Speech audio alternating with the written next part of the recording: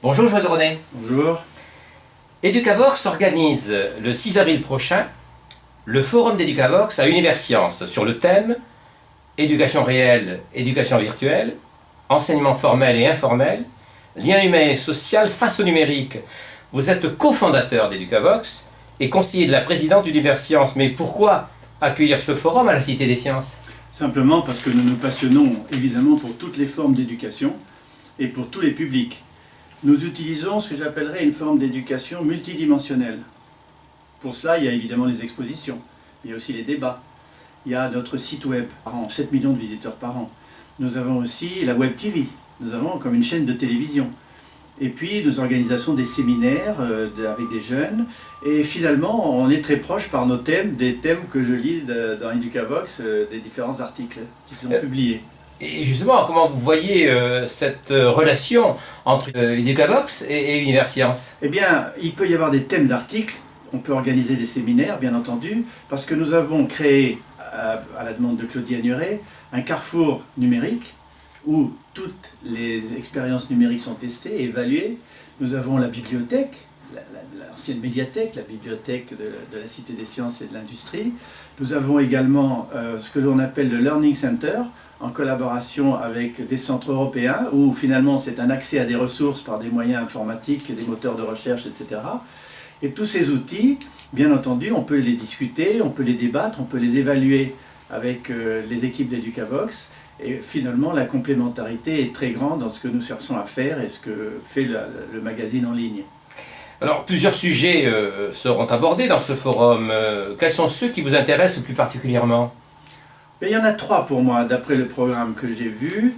Il y a d'abord la question de la médiation culturelle et scientifique. Et il ne faut pas oublier que dans Universcience, il y a le Palais de la Découverte et la Cité des Sciences. Or, le Palais de la Découverte est une expérience de 30 ou 40 ans de médiation scientifique, où les démonstrations sont faites devant le public avec des expériences scientifiques qui ont frappé les gens et qui ont conduit à des vocations. La vocation scientifique vient de visites du Palais de la Découverte. Ça, c'est un grand sujet. Comment on fait la relation entre le culturel et le scientifique? Parce que pour beaucoup, c'est une séparation. Le monde de l'art, le monde de la culture, c'est pas le monde de la culture scientifique. Mais nous prêchons pour disons, une symbiose entre la culture scientifique et la culture classique en général. Un deuxième thème que je trouve très intéressant, ce sont les temps et les lieux.